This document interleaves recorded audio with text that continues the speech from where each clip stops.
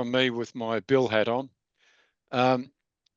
Tonight's presentation is going to be given by Andy Becker, who and it'd be on the Emu Bay Railway in Tasmania. And having chatted with Andy the other night a bit about it, I think we're in for a real treat. He's I can understand why someone or how someone can get passionate about a particular railway or tramway, and Andy's certainly in that category, and he knows his stuff. And anyway, we welcome Andy tonight, and Andy, I'll pass over to you to start your presentation by sharing everything else. Mike. Thanks, Mike. Nothing like talking it up, right? No pressure. That's right. Yeah. Thanks. Appreciate it. That's right. You mentioned earlier that you got on early here because you were nervous. So I thought I'd just do the full job on it. So you want me to share now? Is that the way? Yeah. Well, you can talk. I'm going to spotlight you. Okay. Yep. There you are. Okay. We'll get so rid of that everybody can quick. see you, and when you're ready, you can do your share. Okay. We'll go straight to the first slide. Is that sharing okay, Mike? It is, and well done. Not only done with full professionalism. It only took me 4 hours to figure that out today. No. All right. Well, that's perfection. So congratulations on that. That's all right. Thank you. Thanks for the opportunity to have a chat about what is absolutely my favourite railway, full stop, the Emu Bay Railway. And hopefully you'll see why this talk's intended to give you a bit of a sampler of what it's been and what it is today, what it was until recently anyway. So the actual Emu Bay itself. A little bit. Andy, sorry to interrupt you. I'm just going to mute everybody. Okay, sure. But you need to unmute yourself. I should have said that a moment ago. Okay. Excuse me. Righto, go with it.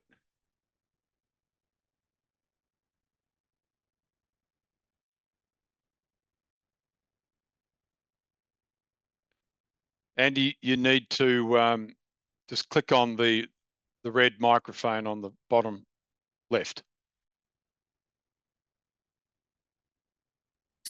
Sorry to interrupt you, gentlemen, in Andy's presentation, but I spoke to one of you gentlemen a few weeks ago about the Emu Bay Railway.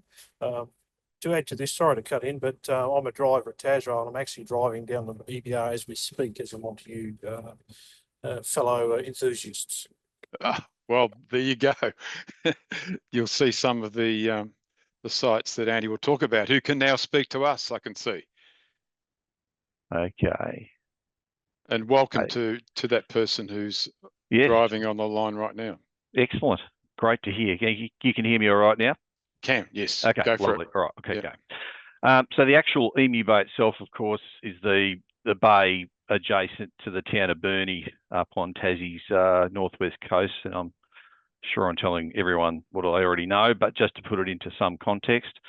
And I first wrote about this back in Light Railways 176 back in April 2004. So you may or may not have read it back then. There's a few extra pictures and things in here and a bit more background. I certainly don't claim this to be a comprehensive history of Emu Bay. And at the end, I'll show a picture of Lou Ray's essentially Bible on this railway, which I personally have had a lot of pleasure reading over the years, and it is, as far as I'm concerned, the comprehensive history of this line. And I'd just like to tip my hat to Lou, because that's a really good bit of work.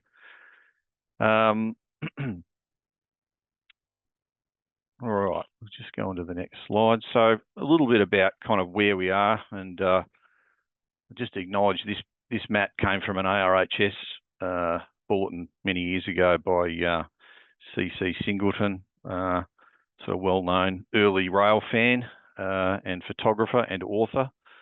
So I just wanted to acknowledge that as well. But you can see the map of Tassie there, and the line essentially goes from Burnie.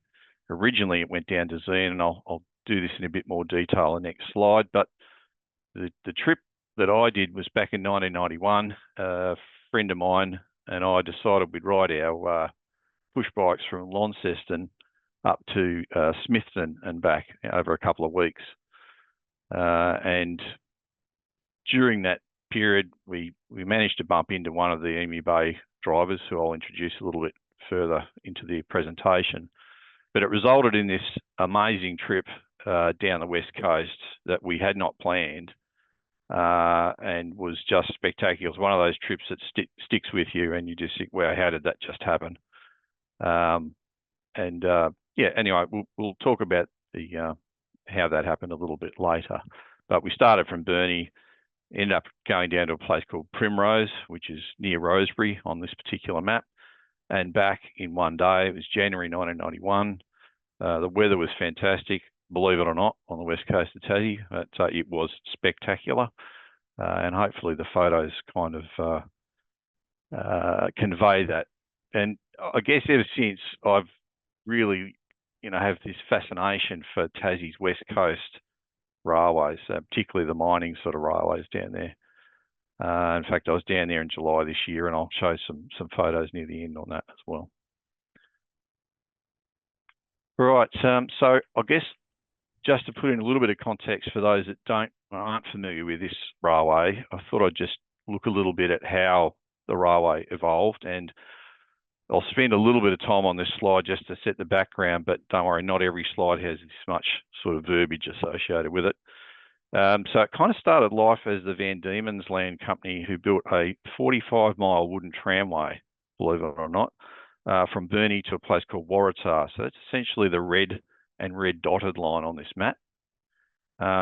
45 miles of wooden tramway. Just let that sink in for a minute. And that's roughly, for those in Victoria, the equivalent from the CBD to Warburton. That's a decent wooden tramway.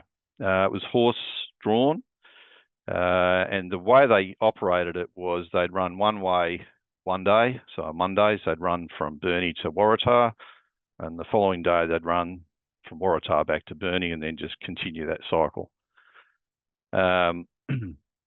Being horses, of course, they need stables every about 10 miles or so, which was interesting. So logistically, not insignificant. And its main aim was to tap into the tin mines at Mount Biscoff near Waratah, and that occurred for a few years. The line was eventually upgraded to steel rail and steam traction under the Emu Bay and Mount Biscoff Railway Company, and that was completed around middle of 1884.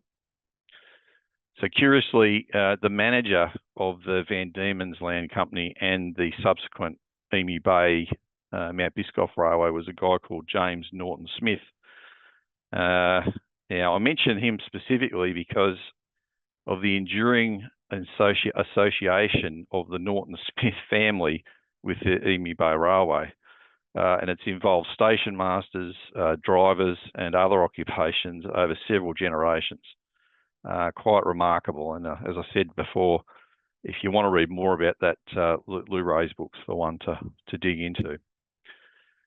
So eventually, a chap called James Reed approached the Emu Bay and Mount Biscoff Railway to lease and later purchase the line from Burnie to Waratah.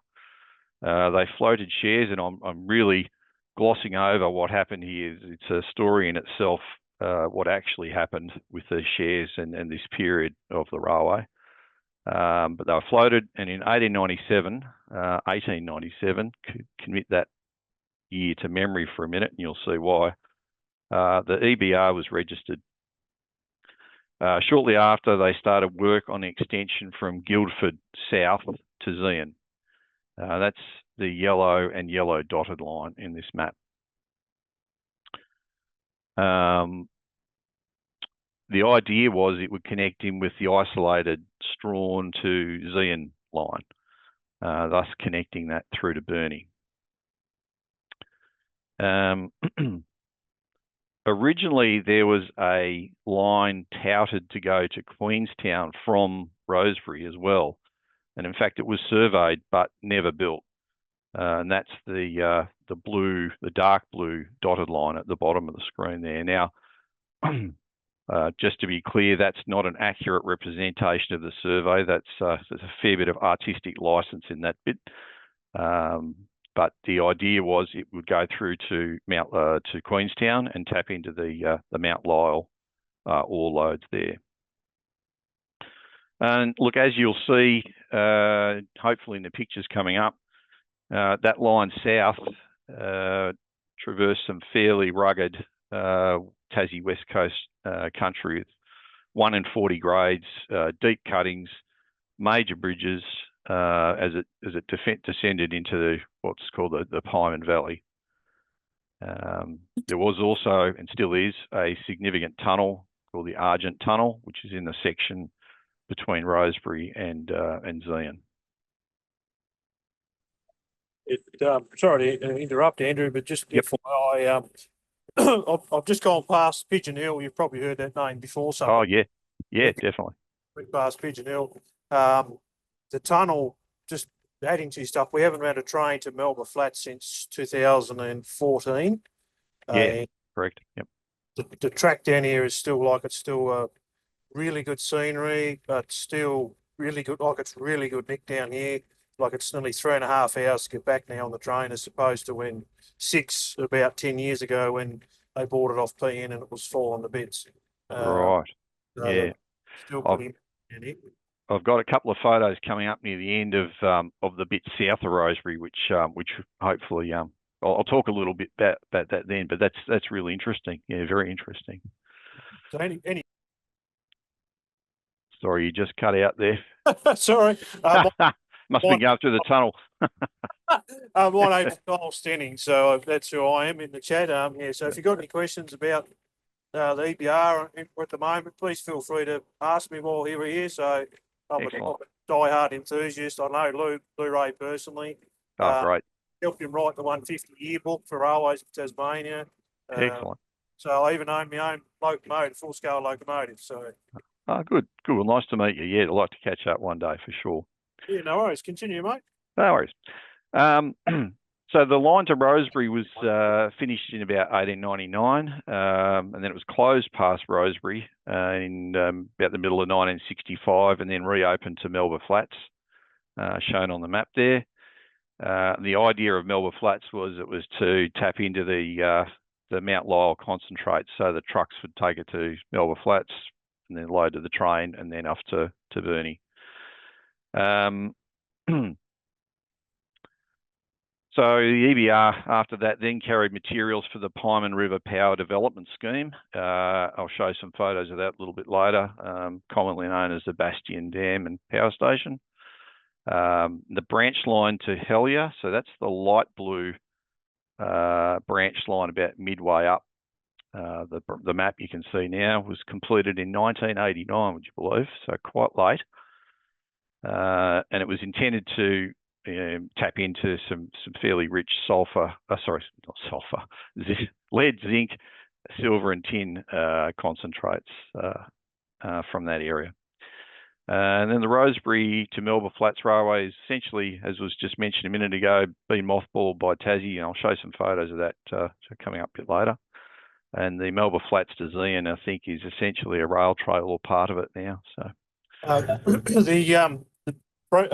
the Melba Flats to Zion, all the tracks still there. They're not allowed to pull it up, according to the state government.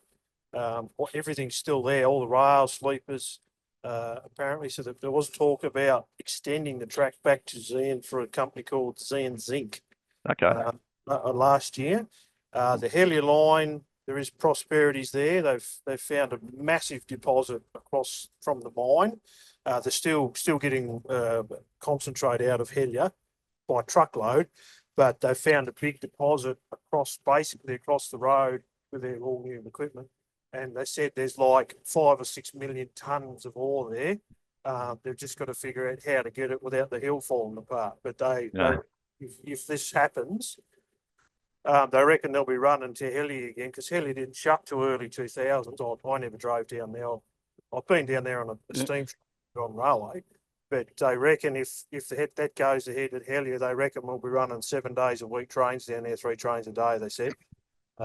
Kyle. Yeah, mate.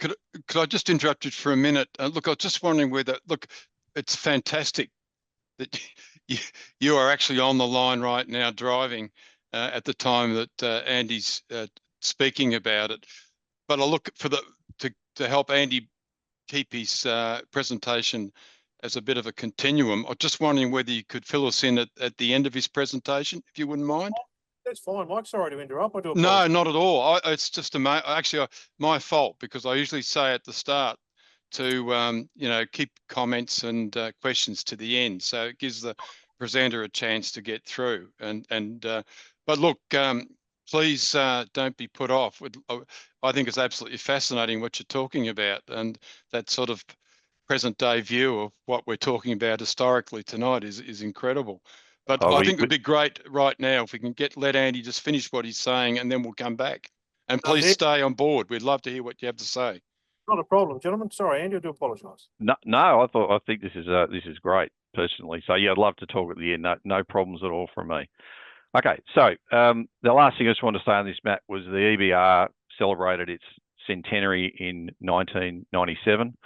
And I think it was the following year, correct me if I'm wrong at the end, but I think it's the following year that it was basically absorbed into Tasrail and remains in the hands of Tasrail today. So that's probably enough on that one. Now we'll just go on to, there's not anywhere near as many words for the next few slides, so you'll be thankful of that. But just to give you some context about the railway, if people had not heard of it before. So this image shows number 8, which is a Dubs, I pronounce Dubs because of German background, of course, but Dubs, Dubs, whatever. There were 3 of these that initially purchased to run the EBR, and then subsequently another one was purchased somewhat later from what was then the North British Company, who'd taken over Dubs by that stage. Note the extreme sandbox on the running plate of this loco, essential for steam operations in the west coast of Tassie, where you've got steep grades and wet mostly. All right, so you'll see that's a theme that goes through quite a few of these locos. This particular loco, number 8, survives. So it ended up in Hilda Parade in Burnie in a park, and then I think in around 1978, it was taken to Don River. They did a terrific job restoring the loco, and it was back in steam for that centenary in 1997. Amazing effort. I love these locos. Again, sorry to get all enthusiastic on you, but probably one of my favourite locos, this particular loco. And they were the mainstay of propulsion for this line for at least 30 years. Sure-footed, easy steamers, really interesting loco. The other one that survives, number 6, which is in the Tassie, sorry, I forget the name now, it is the West Coast Heritage Centre at Zeehan, so it's undercover there. We're probably looking a little worse for wear based on my observation of it fairly recently, but nonetheless, it survived. The others were basically withdrawn from service in the early 60s and scrapped. So this is the same loco, renamed Heemskirk after one of the mountains down the west coast. And it's sitting at Burnie Station in this particular image. So what happened in the early 60s, the EBR commenced a service called the West Coaster. It carried not only passengers but cars down the west coast from, I think, Guildford through to Rosebery. It survived because the highway had not yet tapped into that part of the west coast.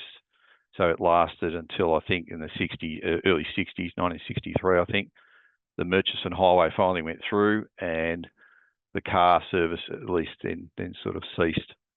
It was converted to oil firing, had some smoke deflectors and a paint job and some other things, I think, but still essentially the same Dubs loco.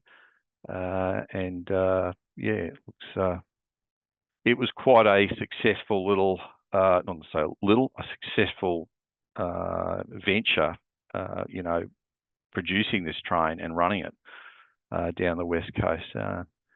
it would be still quite a good trip to go down there on a train similar to this, if you could get in amongst the ore trains, of course, right? It does lead us quite nicely into my first exposure to the Emu Bay. The building in the background is Burnie Station. And it was about 1982 when my parents took me for a trip around Tassie. We stayed in Burnie one night, and of course, like all rail fans, you sort of migrate down to the railway station. Struck up a conversation with the station master there, whose name I didn't record. But inside the building, I just happened to say, she was showing me around, opened this cupboard, and it was absolutely chock-a-block full of Emu Bay Railway rules and regs and other documents just shoved into this one cabinet. And he said, help yourself. So I did. But I wish I'd taken more, to be perfectly honest, because what I ended up getting was these three documents. So the middle one, I'll start with, that's basic rules and regulations. I mean, it reads like most rules and regulations for railways. If you ever read them, they're, good for insomnia, but insomnia, I should say.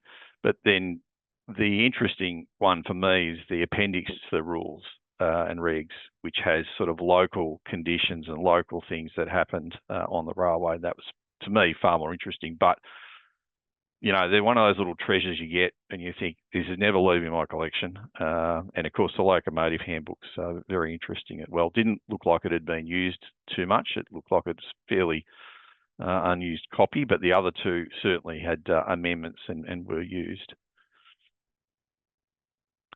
I did like this little extract. I'll let you read that.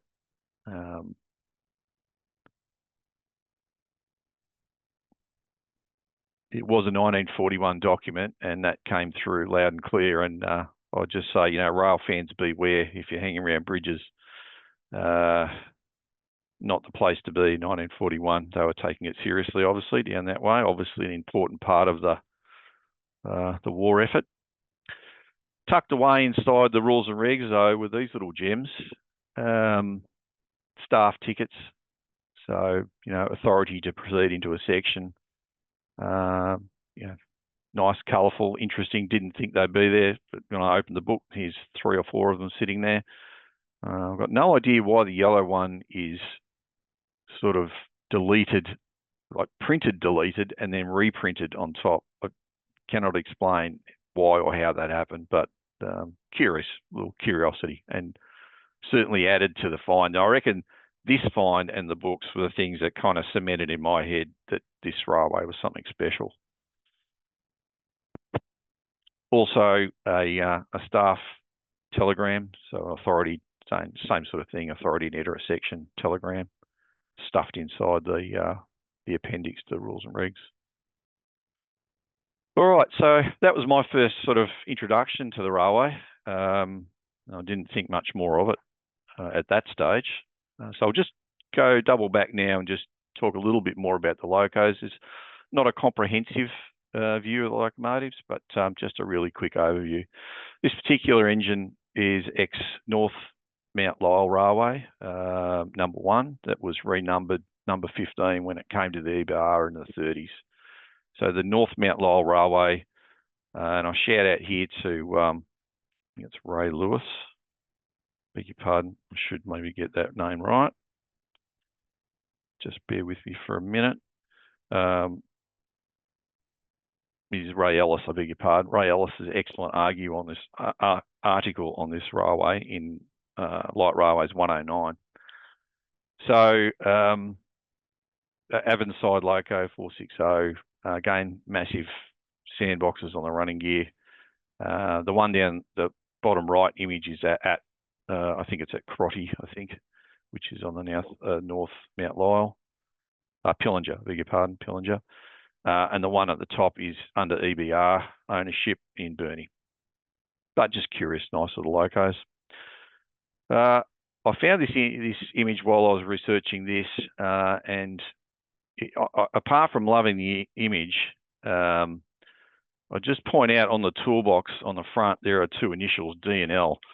I'll just get you to commit that to memory too temporarily, and you'll hopefully see why. I didn't realise that until I downloaded this image, but the railway bought 3 Bay of Peacock Garretts, number 12, 13 and 14, and they were bought by the Electrolytic Zinc Company and essentially leased to the EBR for hauling ore trains. So that happened in about 1929. They arrived in 1930. They were about 130 tonnes, and reports were that they were so big, the fireboxes, that they often needed 2 firemen to fire. It was just too much for one fireman on the hilly lines. Number 12 shown here was the last in service, withdrawn in 63 and scrapped in Burnie in September 1964. According to Leon Oberg's Locomotives of Australia, they were designed to haul 400 imperial tonnes on 50-pound rail up 1 in 40 grades. We'll come back to the toolbox, but the DL, I think, is quite interesting. The much maligned Australian Standard Garrett, in the 50s, they bought 4 and then subsequently bought another one when number 20 came to grief coming into Burnie. It derailed and wiped itself out due to lack of brakes accordingly. But the EBR driver I'll introduce shortly, who I met at Don River, he absolutely raved about these locos, called them racehorses. And it was the first time I'd ever heard anyone say anything positive about them. And then researching a bit further, the EBR, which had a very extensive workshop in Burnie and were very competent, did a number of modifications to the locos, paid attention to the Western Australian Royal Commission into the locos, and they had good success with these engines, which was, one of the few locations that did. I mean, Tassie Railways had some success as well, but these things lasted into the early 60s, and which is quite remarkable, I think. I don't want to sort of predict, but wouldn't it be great to see the last remaining ASG travelling down to from Burnie to Rosebery and back? I know that's not going to happen, but you can dream, I guess. And I've got to say, the director at the time, Frederick McCormick, took a significant risk in ordering these locos, and they had been essentially black banned and mothballed in most other states. But they went and picked them up, modified them, and they became racehorses apparently. So good on you, EBR. PVH 21, PVH 1, I should say, which was renumbered EBR 21. Apparently, the first and only 4-coupled diesel loco. But, there's one of my photos in the yard on the day we were there. Lasted until 2001, so it was introduced in 1953 and lasted until 2001. Not a bad effort. Then they moved on to 10-class locos built by Walkers. Still, all 4 of those, I believe, are still around at the Don River, Walhalla, and I think Zigzag's got a couple as well. So good that they survived. And then the 11 class, and this is what we wrote in the images of the day in 1991. That images at Primrose, and 11 class with a sort of, again, Walker's loco, sort of an extension of the 10 class, and they were the mainstay for the EBR from then on, with the 10 class. So. All right, so back to 1991. That's the sort of end of the history lesson on the EBR. So in January 1991, as I said, we're riding our bikes, got to Devonport. I had to go and see the Don River Railway, which we did. At the day we were there, CCS 25 was in steam. Great, excellent, timed that nicely. The guy on the left there is a bloke by the name of Darryl Luke. He was the late Darryl Luke. He passed away the last couple of years. He was an absolute gentleman, and he invited us up for a cab ride out to Coles Beach and back. And during that trip, he basically said, you're aware you can take a trip down the west coast on the EBR, and it's like, I wasn't, but tell me more. And so he explained what we needed to do, where we needed to get the ticket, where we needed to sign the indemnity form, so on. And after coming back to the main station, we thought that was it. It's the last we'd see of Daryl. But absolute gentleman. And I do wonder, I've put that other little picture there in the corner, right? Daryl retired the next year. So 1992, he left the railway. I wonder if that toolbox with DL stands for Daryl Luke. I mean, it wouldn't be unheard of for a driver to put DNL on his toolbox, right? It's the right era. He certainly was a driver down there in those 60s, early 60s. So who knows? We can hope. That's the ticket we took. So we turned up, I think it was from memory a Friday. We ended up there and the train actually left the following morning, very early, very, very early. So yeah, my mate and I got the ticket, and we thought, okay, we'll be travelling, in the guards van or something. No guards van. You travel in the second loco. So obviously turned up in Burnie Yard in the morning. Who should be the driver for the day but Daryl Luke, which turned out to be fantastic because he really told us a lot about the line on the way down. He was training a driver at that point. And so he'd come back to the second loco with us and talk to us and invite us up the front, as you'll see in a minute. So off we went, powering out of Burnie at must have been about 5 a.m. or earlier, up the grade. There's a fairly steep grade out of Burnie, and the houses are fairly close to the line, so they must have loved that, 6 days a week. But anyway, I'm sure they're all rail fans and they don't care, right? Yeah, of course they are. So now into a few photos of the line on that day. You can see this is not typical West Coast Tasmania weather. It was absolutely spectacular on that day, and I didn't take many photos of the first section of line, unfortunately, but this is kind of heading down towards the Pyman River Bridge. The body of water on the left there is Lake Rosebery, which is essentially the dam that feeds the Pyman, the Bastion Dam, I think it's called, Bastion Dam. But you can see there we're in the second loco, and the driver and the crew in the front low, obviously. It's like that for a good chunk of the way. It is not a boring trip at all. Again, Lake Rosebery, Bastion Dam. Just before we got to Primrose, Daryl came back and invited us one at a time up into the front of the loco to watch the trainee driver and the fireman doing their thing, and for him to correct them, as he did several times. I think when he came back into the cab the last time, he said, "These guys just don't know how to drive locomotives." But he was a very honest, and as I said, real gentleman. That was exciting going to see that, because this line is not flat, it's not boring, as you'll hear from the driver who was talking before, name escapes me, but this is an exciting line to travel on and to drive, I imagine, as well. Okay, so in this image we're going across the Pyman River, the new Pyman Bridge, I should say, and that's looking back towards the Bastion Dam and hydro power station, the spillway on the right there. Fortunately, the weather we lucked it that day.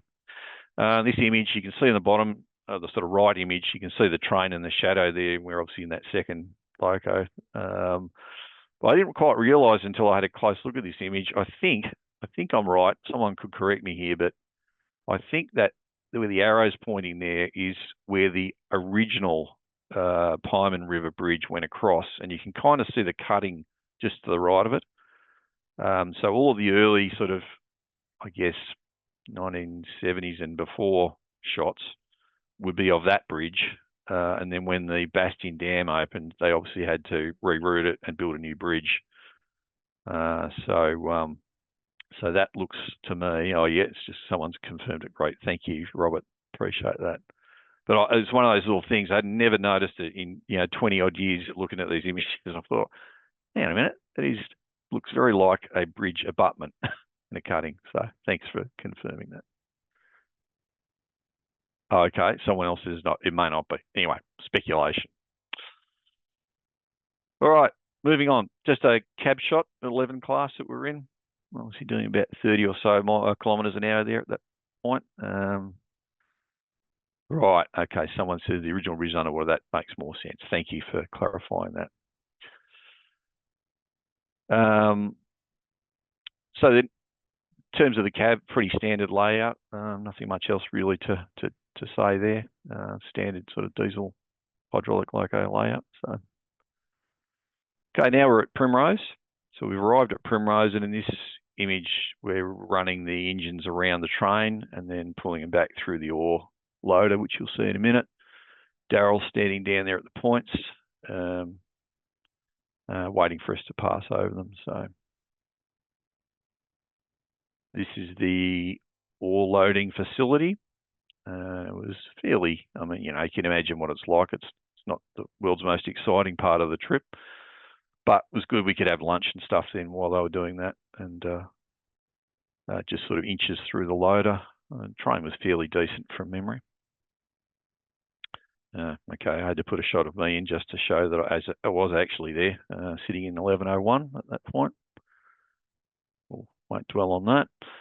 I do remember, however, we came out across the Pyman River Bridge, and I hadn't quite expected it, but it, you know, stands to reason that the locos went flat out from there. And I remember seeing sparks and some smoke coming out of these engines as we were hauling up the 140 out of the Pyman River, which was very noisy, very exciting. And no issue of the diesel engines carburising up down that line. I can assure you, it was spectacular, absolutely spectacular. Okay, another shot of me. That's the last shot of me, just to prove I was actually there in the 11 class. This is on the trip home, full load of ore. You can see most of the train in that picture. 4 locos on the front, 3 11 class and 1 10 class. Oh, excellent. Well, I'm not the only one. That's great. Someone's just said they've done the trip too. That's good. Anyway, we got back, and we were walking back to the pub we were staying in, and in Burney Yard, we discovered this. And, you know, being a rail fan, you recognise it instantly as a tender. And Heemskirk's tender, after being, I'm not sure why it was there. Obviously, being restored by Don River, but an interesting find. It was obviously, being in a park near the sea is not the best place for a locomotive to be plinth'd. And I just made a note here to mention, I was up at Port Douglas recently and looked at the Ballyhooly locos sitting up there. They are in a tropical environment right next to the sea, you know, far north Queensland, and not undercover. I hate to say it, but next time I see them, they're not going to be as nice as they were when I looked at them recently, which is a great pity in my view. All right, so jumping forward to July this year, I made a trip down to Tassie. Just stayed in Strawn for a couple of days. Went out, and as you'll see in a moment, I did a hike at a place called Williamsford. But on the way, the Emu Bay Railway goes very close to the road in the section south of Rosebery. So this is the bit that's essentially mothballed. But as was mentioned earlier, the line is in very good condition still. My understanding, and we might have a discussion at the end, is that there has been a landslide somewhere on that line. That's one of the reasons why it's not running, or maybe because the ore's not taken there anymore. I'm not sure, but I'm sure that'll come out in the chat. But yeah, I was amazed. It's actually quite a pretty little bit of line beside the road, south of Rosebery, if you're driving towards Zion. So if you're down that way, it's worth just stopping and having a look. So there's absolutely nothing at Rosebery Station anymore. It's just been absolutely flattened. So there's nothing there apart from the line. All right, so I want to talk a little bit. We're not far from the end now, but I want to talk a little bit about the Tassie Railways Northeast Dundas Tramway, and you'll there is a connection here, trust me. So for those not familiar with this amazing 2-foot gauge railway that went from Zeehan to Williamsford, apologies for the map resolution here, but you get the idea. It shows where Rosebery and Primrose was and where Williamsford was. This is a 2-foot gauge railway. Sure, I'm telling people they already know it, but the K-class Garretts operate on this line as well as other locomotives. Main reason was to take ore out of Mount Reed or that area and then down into Zeehan where the smelter was at that stage. Eventually, though, when the EBR got here, the decision had to be made about whether ore would continue to go to Zeehan or would go to the smelters at Rosebery. And I believe they built an aerial ropeway which took the ore, and in about late 1920s, 1929, I believe, the Northeast Dundas Tramway closed, was ripped up, which in a weird way, the demise of that line actually helped prop up the Emu Bay Railway. So, you know, what's the downside? But that's what it looks like today. So you can actually hike from Williamsford pretty much, not quite to the Zeehan, I don't think, but there's a fair chunk of it that you can hike, and I'd recommend it. It was spectacular. I drove to Williamsford and walked downgrade, mostly downgrade, and that's typically what it's like. You still see remnants of sleepers and so on occasionally, but it's a very good track, very interesting track. It's through constant gullies and cuttings like this, deeper than this, in fact. Very, very interesting place to walk. You end up at a place called, well, one of the places you end up is Montezuma Falls, which is the apparently tallest single drop waterfall in Tassie at 104 metres, but I didn't check that. The image on the right is my image. So when you get to Montezuma Falls, there is a very rickety, so it's not a suspension bridge, but like a suspension bridge, you have to walk across to take that photo. So yeah, it's worth going across and have a look. Then I came back and I found that image online from almost exactly the same spot. So I just thought I'd put that up to make a comparison. And then when I sort of dug a little bit further, I found online, I think it's called an ambrotype image of that image that was in an auction catalogue somewhere that just came up in the Google search. I had a bit of a closer look at it. Obviously the same image showing the Tassie Railways G-class at the falls, but had a magnified version of the actual image number. So for those who are not familiar, I'll look this up. I'm going to sound like an expert, but I'm not. Ambrotype is essentially an image on a glass plate. So it's not a print, it's an image on a piece of glass, essentially, as how I understand it. But yeah, they had this particular this reference to the Beatty studio in Hobart and the actual image number 1164A. So you see this image everywhere, right? It's not an uncommon image, but there's only really one spot I've seen where it's been referenced correctly, and that really should be it, because that's the original or one of the original ambrotypes. So that's pretty much it. I'll just put up a few books that are in my collection that have, been useful to me in just researching this railway.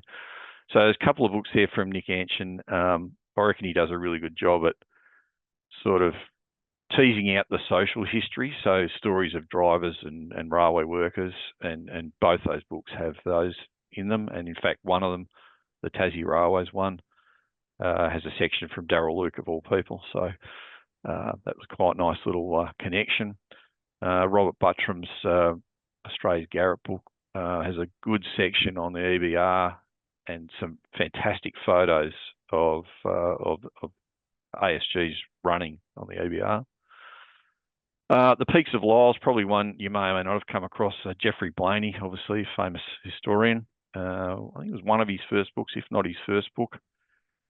Fabulous book. It's one of those books I read again and again and again. And there's a whole chapter on the railway wars that happened down the west coast of Tassie.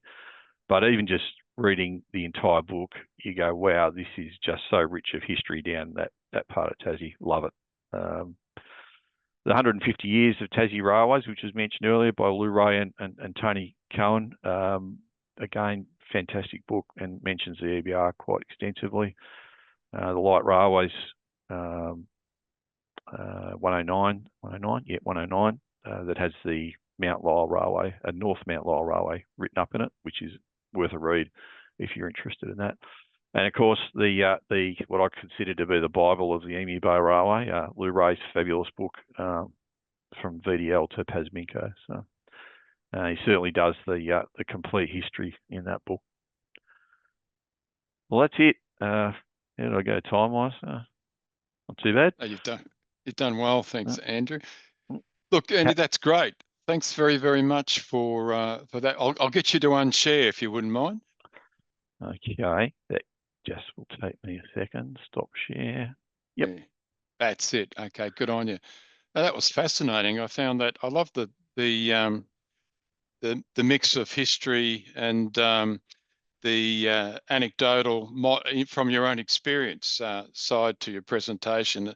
It added a real sort of sense of authenticity to it. So thanks so much for your work and your goodness in coming along tonight to speak to us. I would, I'm not so kidding. I would do that trip again in a heartbeat if you're able to. I can tell that. And you'd be mad not to. If you had any interest in railways, you'd be just mad not to. So. Well, you've got me keen to explore it, so I'm sure I'm not alone. But look, before we go over to questions, I'd like to go back to Kyle. Now, for those of you who missed it, Kyle's actually driving on the Emu Bay line right now. So I'd love to hear from him again. Kyle, are you there? I don't think he is. I hope he is. Darn. Well, anyway, we couldn't bring him in before because it was getting a bit disjointed. It makes it very difficult for the presenter to have people, have two talks.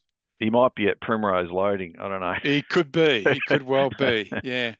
Anyway, that's unfortunate.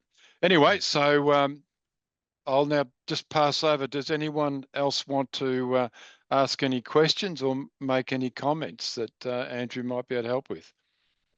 Yes, Nigel Holmes here and Bev. Hi, Nigel. Bev, How are you? How are you, Mike? I'm good, thanks, mate. And Bev, you good too? Bev, are you good? No, not yet. No, she's recuperating at the moment. Oh, okay. Yes. Good. I'd just like to say thank you, Andrew, for your presentation. It was very interesting. And I'd like to show you something that's a bit out of the norm what we do tonight. But this image here, you've just mentioned it. I didn't know you talk about the 2 foot northeast Dundas. Yeah. But you didn't really mention the K1 and K2. No. I don't know if you can see it. Can you see it at all? Yep. Yeah, I can see it. I'm not sure if it's K1 or K2, but hang on. I'll read the bottom of what it says. Yeah, it's K1. That's K1. The first carrots. That was a trial by Bay Becker. I just think it's so interesting, and how they got the connection to send Bay of Peacock, of all places, to the other side of the world, to a little, well, in those days, very unknown 2 foot gauge railway, but obviously it was in spirit that paid dividends for them, because it proved so successful that late 85, and it was built in all gauges, and it's remarkable to think that Australia has the first locos, and K1 there, of course, the ponds got it back from us, which I think is, anyway, doesn't matter. They got it back, it's preserved, and it's supposed to preserve it, it's going. But Michael, anyone else, even know what happened to K2? Was it scrapped, or what happened to it? And it's a slightly different angle from the ones you presented or the other loco. It's an amazing, amazing place. I'd love to be there because I'm sort of pretty fond of the narrow gauge and doing that rail trail that you're talking about would be amazing to be and see that where these locos go through, you know. Okay. But there you go. There's a bit of history That's great, Nigel. Is that there's only one thing you left out in that chat, and that's the fact that it was a government 2-foot gauge railway, right? How unusual for the government to take a risk on a garret like that, or a couple of garrets. I agree. Look, I could have talked for another few slides on that, but I had to cut it down because. But it's probably a good topic for another day. But look, if you're ever over in Tassie and you're near Rosebery or Williamsford, the hike, you can't help but think about those locos and the Tassie G class, I think they are, going down that line. There's virtually no straight section in that hike. It's just curve, bridge, curve the whole way. So. And one last point is to add, they were designed the other way around, the cylinders on the inside. Correct. Yeah. And it just goes to show it doesn't matter which way you have them, it's an successful design all round. Because we know the garrets after that, or certainly the New South Wales 4'8" standard gauge garrets and the 3'6" gauge garrets that were built in South Africa and many other places had the cylinders at the end with the driving walls inside, you know. So that's interesting.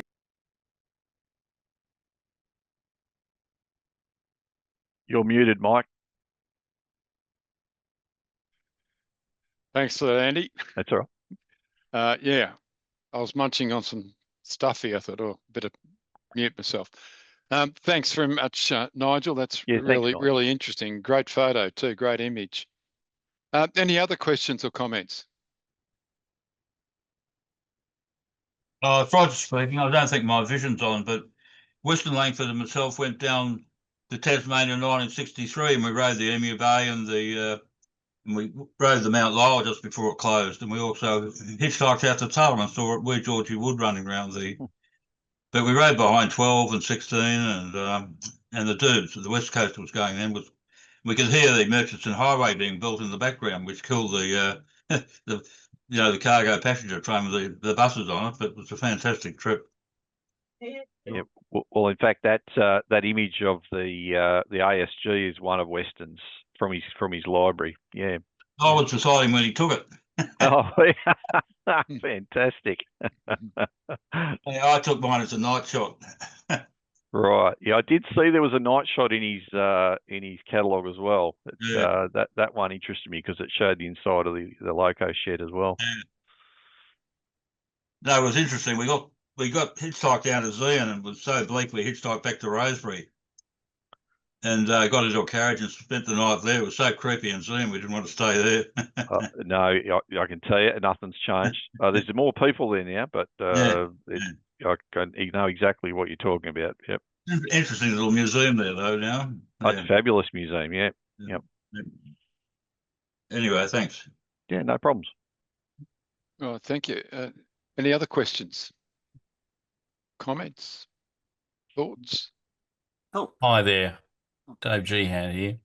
Dave? It was back in the 80s when I was an engineering student working, and I joined Clyde Engineering, and the chief engineer of Emu Bay Railway came to us in Granville and talked about new locomotives for EBR. But the problem they had, you might remember in the 80s, they actually used to add all 4 10 class and all 7 11 class together on one train. Now, the problem with that is they literally started to rip the couplers out of the headstock. That's actually what they were doing. They were ripping their trains apart. And Doug, who was he doesn't actually appear in Lou Ray's book. I've just checked the index, so I do not know why. He was the chief engineer for quite a while, and he actually worked for ComEng for a while as well. But he basically had to do all the structural analysis of why it was they were ripping their couplers out and how they had to do some significant modifications to the headstocks to keep the couplers, in place. Yeah.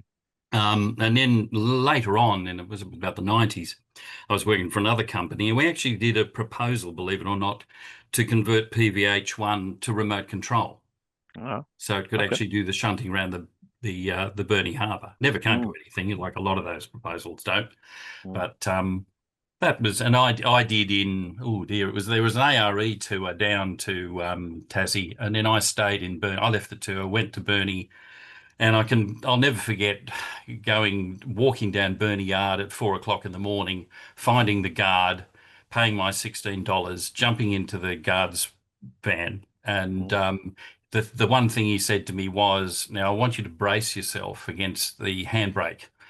And the reason for that was because they literally were running every locomotive and almost every ore car they had.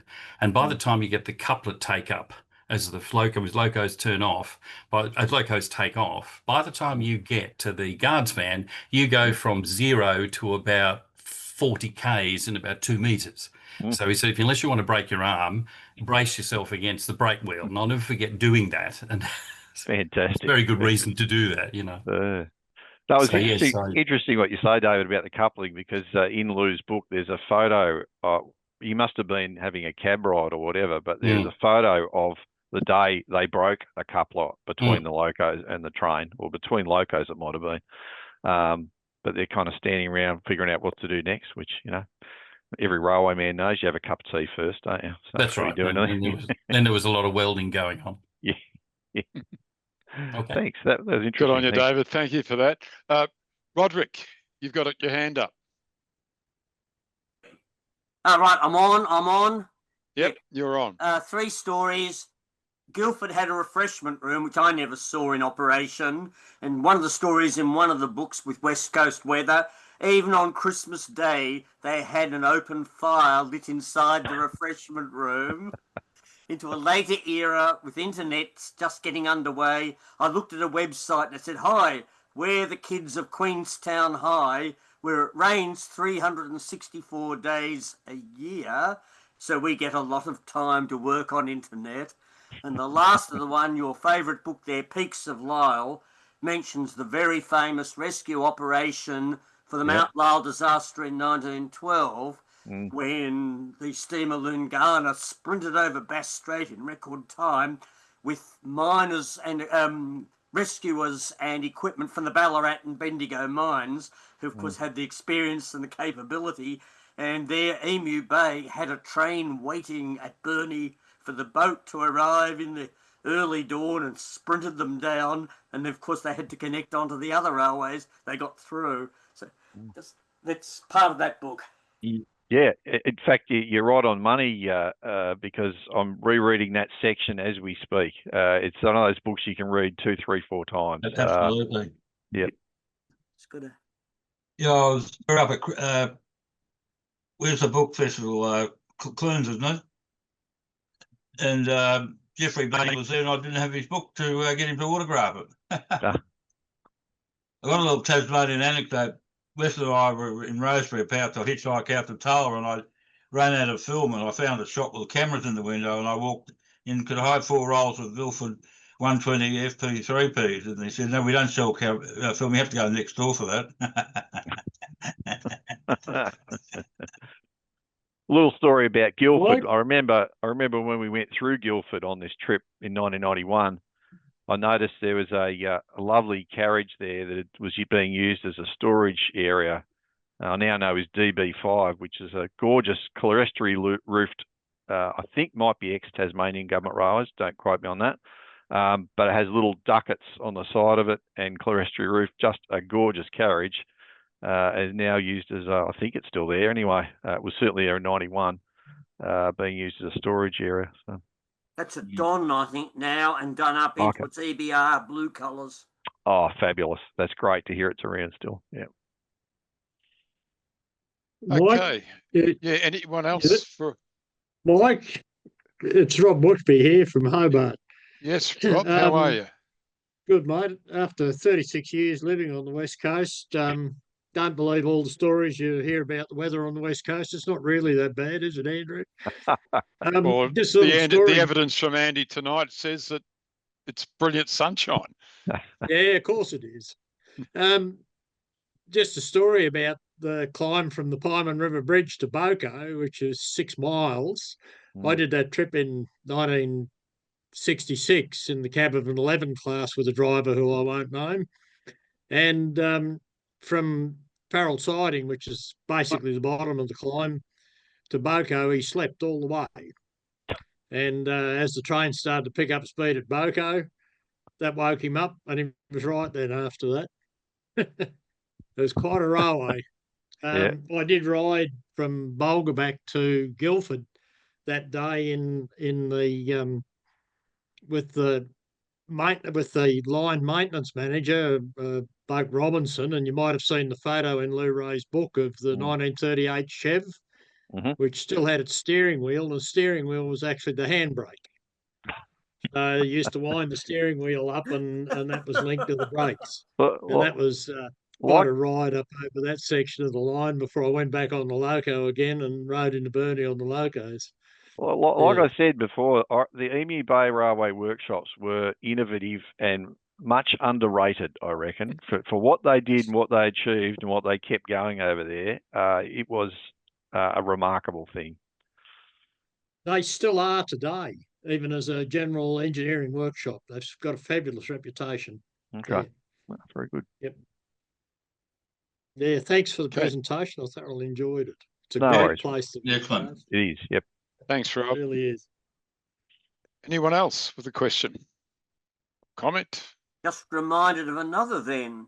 Emu Bay had a workshop in Melbourne as well, in Yarraville, and it was open for an open house Melbourne inspection. It's now a warehouse for, I think, cement company, and he was they've done a lot of restoration work on the workshop, so I'm not sure what was brought to Melbourne to be done there and what was done in-house in Burnie. I can probably tell you, I think it might be Mount Lyell, maybe, because Mount Lyell had a works in Yarraville. Ah, right, cross yeah, memory, there is actually a link here because it was a fertilizer works, and Emu Bay actually bought some sulfur-rich material and then shipped it to Yarraville for conversion to fertilizer, as I understand it. So yeah, that might be what you're thinking of there. Okay. Thanks, Rob. Anything else? Anybody? Nothing else? Kyle, you're not back by any chance, are you? No. Okay. Well, I think we're done for the night. Once again, Andy, look, thanks so much. It's been very interesting, and the comments at the end have been fascinating. It's just sad that Kyle had to drop out, because it would have been I would love to have get a bit of a story from him about his day's activity. You forget how remote that part of Tassie is. I've got to say, I'd forgotten until I went there recently, and it is looks only a couple of 100 k's, but it's not. Yeah. Just going through the chat comments. Where are we? Well, Rod mentioned that he first went there in January 72 with Mark Plummer. Zian yard was intact. It is now houses there, and he and Mark rode the mixed from Rosebery to Burnie, and later on was on a special to the reopened Melba through the Argent Tunnel, and he was a passenger on a steam special to Hellier for an annual mine open day. Roger mentioned that he was beside Weston when the photo you had of the garret inside the shed when that was taken. Rob Bushby mentioned that number 17 was in the back of the loco shed along with the Mount Lyell ABT number 5 in January 1966. Wow. Kyle mentioned that those bridge abutments that you saw, they were used in the construction of the dam. That's where they came from. And he mentions also that the bridge is underwater. And Yeah, that makes more sense. Yep. Yep. For sure. Ian Gauntlet. And thanks everyone for putting your full name there. It's much better than, having knackers or something written there. But Ian mentions that he did the trip to Rosebery and back to Burnie in 1974. Rode in the cab most of the way, including standing at the very front of the loco. Imagine asking to do that today. I know. No, No way. You wouldn't get anywhere near. No, not in a fit. I actually work at Puffingville. To walk up from the volunteer, where the management of volunteers work, up to the station, up the hill, you got to wear a high vis vest. That's just walking the footpath. There's no way you get on the front of a locomotive. And Andrew McCoy says you can hike all the way to Zeehan. There's a couple of dodgy creek crossings, otherwise good. And he'd ridden his mountain bike from Zeehan alongside the old formation. And Rod again mentions that he'd been hiking back in 1972, hitchhiking. But not his style. I think he'd probably spill his glass of red along the way. It's hard to do both at the same time. One day he went by bus, but Mark hitched and convinced the VW driver to go via the closed government line from Strahan to Zeehan. They were bogged twice. It's now a modern highway. And Andrew McCoy has put up the link for a 1989 video. This is all being recorded, so if someone wants those links, they'll be able to go to the recording of this presentation and pick them up. And he says, Rob Bushby mentions that some of West Coast has no mobile coverage, and that could be what Kyle's problem was. Oh, and absolutely. When I was doing the hike, I was thinking the same thing. It was a sunny day when I was there, but I thought, geez, I'm actually quite remote here, no mobile coverage by myself. So yep, it sharpens your focus a little. Yeah, it would. And Rod again, a very enthusiastic contributor is Rod tonight, and thank you, Rod. Also in 1972, obviously a big year for Emu Bay for Rod. He mentions On Staff and Ticket, the mixed, which he was riding on, running on time interval between an ore train, perhaps a 2-kilometre gap, using radio communication to maintain a safe distance. Don't know whether you could get away with that these days, but such is the West Coast railways of 1972. And again, Rob Bushby mentions that if the weather's okay, you can go by 4-wheel drive from Melba Flats to Montezuma Falls. But he suggests you should do it with an accompanying vehicle in case you need a tow out of one of the creeks. Yeah, and you definitely couldn't get past Montezuma Falls. The bridge is somewhat dodgy. You'd never get a car. It's a pedestrian bridge only. Anyway, just and that's pretty much. Peter mentions that Waratah closed on the 29th of June 1940, so Guildford was no longer required as a section, now Primrose. Anyway, so they're all the chats there. So once again, Andy, thanks for tonight and for everyone for attending. The December meeting will be presented by Peter Lucas, and Peter will be talking about narrow gauge railways in South Australia, so that should be quite interesting as well. So thanks everyone for attending tonight. We had a very good turn up, and we wish you a good evening. Thanks very much. Andy. Cheers. Bill, and Mike, I mean, is Bill all right? Because Bill Hanks did he come on at all? Or did he send you a message? He didn't. I suspect he's forgotten. It has happened. Okay. So usually I'm prepared just in case. Tonight I wasn't. So it was a seat of the pants job. But anyway, we got there. You want a poor student anecdote? That trip we did with Western? Yeah. I got to Wynyard to get on the plane, and I had enough money for the tram fare from Essendon to the city and a train fare to Hampton. Anyhow, the waitress came around taking orders and everything. I later found out the bloody meal was in the airfare. I hadn't eaten for a day. Well, there you go. Okay, well, everybody, thanks again, and thanks, good night to Andrew. you all. But good night all. Get the buttons right. Close, meeting ended. Notes. Mike, are you still there? I am, only just.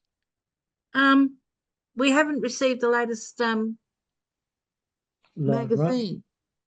Would have only arrived in the last day or so. Here, I got Okay. mine actually today.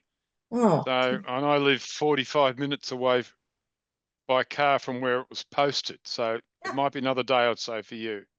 okay. Right. You might need to move to Victoria to get your magazine a bit quicker. We are in Victoria. Okay. Thanks for a very good night. Thank you. Brilliant. Night all.